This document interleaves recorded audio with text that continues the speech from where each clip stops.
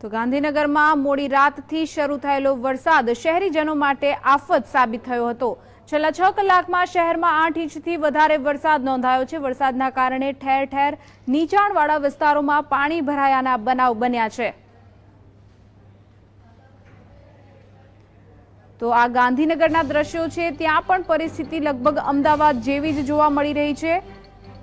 વરસાદ પડતા જ રસ્તાઓ પાણીમાં ગરકાવ થઈ ગયેલા જોવા મળે છે। વાહન વ્યવહારને પણ અહીંયા અસર પહોંચેલી જોવા મળે છે। નીચાણવાળા વિસ્તારોમાં પાણી ભરાઈ જતા લોકોને હાલાકીનો સામનો કરવો પડી છે। રાજ્યના પાટનગરની આ સ્થિતિ છે, તો વિચારી શકો છો કે બીજા શહેરોમાં અને જિલ્લાઓમાં ભારે વરસાદ સમયે શું પરિસ્થિતિ સર્જાતી હશે।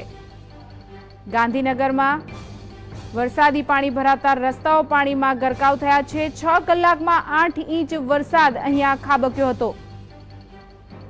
તો નીચાણવાળા વિસ્તારોમાં પાણી ભરાતા વાહન વ્યવહારને પણ અસર પહોંચી છે। રસ્તાઓ ઉપર લગભગ ઘૂંટણસમાં પાણી ભરાયેલા જોવા મળી રહ્યા છે।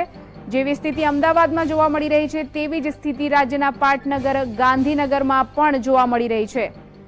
સમગ્ર ગાંધીનગર જાણે તળાવમાં ફેરવાઈ ગયું હોય તેવા દ્રશ્યો આપ જોઈ શકો છો કે ક્યાંય જમીન જોવા નથી મળી રહી। રસ્તાઓ ઉપર સંપૂર્ણ રીતે પાણી ભરાઈ જતા તળાવ જેવું એક દ્રશ્ય અહીંયા સર્જાયું હોય તેવું દેખાઈ રહ્યું છે।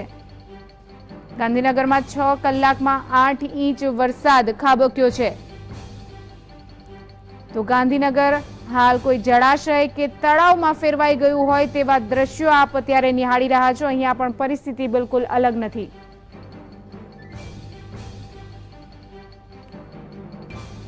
તો 6 કલાકમાં 8 ઇંચ વરસાદ પડતા જ રાજ્યના પાટનગર ગાંધીનગરના હાલ પણ બેહાલ થયા છે। રસ્તાઓ ઉપર ઘૂંટણસમાં પાણી ભરાઈ જતા વાહન વ્યવહારને ખાસી અસર પહોંચી છે। લોકોને આવવા જવામાં પણ તકલીફ પડી રહી છે।